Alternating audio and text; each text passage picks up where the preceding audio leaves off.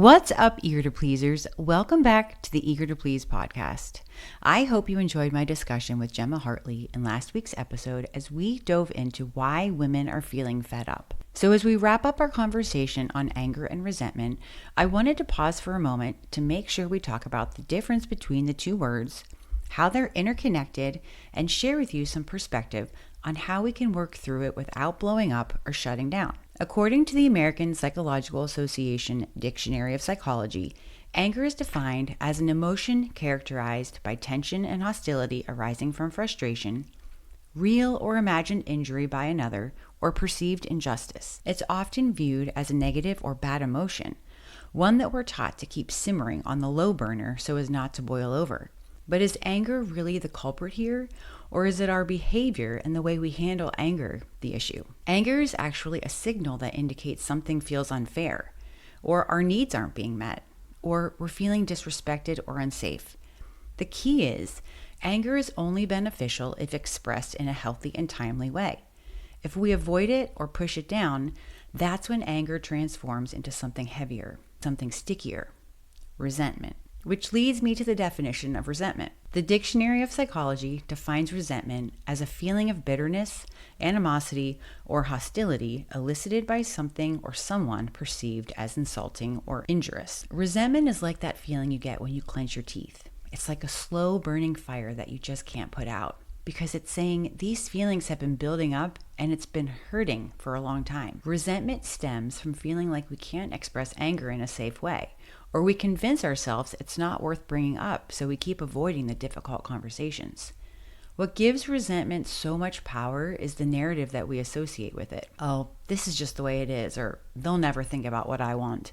Resentment often lingers not just because of what happened, but because of how we explain what happened. So why is it that we get the angriest at the people that we love the most? I find this question so interesting because my ex-husband would say to me, "Why are you always so nice to everyone else, but you're so mean to me?" That's because anger is really about expectations and emotional investment. The closer we are to someone, the more we expect them to know us, understand us, and protect our feelings. When we feel like those are missing in a relationship, that's when we start building up the walls to protect us from old wounds.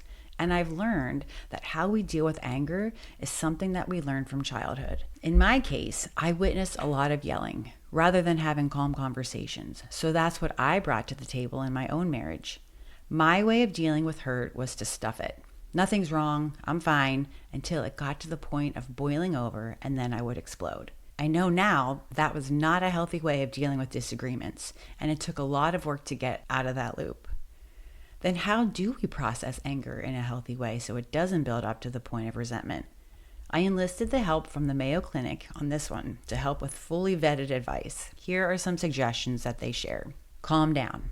I know this is super hard to do, especially when you're in the heat of the moment, but being calm before having a conversation needs to be a priority. Otherwise, you'll end up saying or doing things that you later regret. This doesn't suggest ignoring the conversation altogether, but go for a walk, get some fresh air, or journal your feelings. Anything that puts some time and space between you and what's really bothering you. And then revisit the conversation with more clarity. By giving yourself time to cool off, you're able to identify the issue you want to discuss. When you've taken some deep breaths and paused for a bit, stick with I statements rather than, "Well, you did this," attacks. Criticizing or placing blame only increases tension, and the other person is bound to shut down.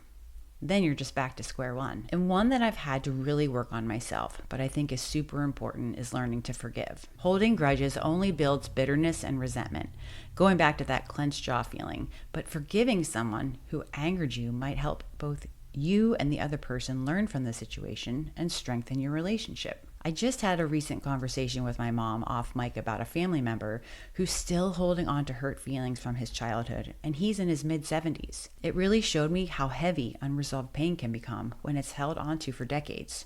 Forgiveness doesn't erase what happened, but it can free you from that emotional weight and open the door to healthier, more honest connections with the people that you care about. I hope this episode was helpful in sharing some insight and support. And remember, your emotions are signals meant to help, not hurt you. Thanks for tuning in today. If you found value in this conversation, be sure to share this episode with someone you feel might need to hear it too. I'll see you back here for the next one. So eager to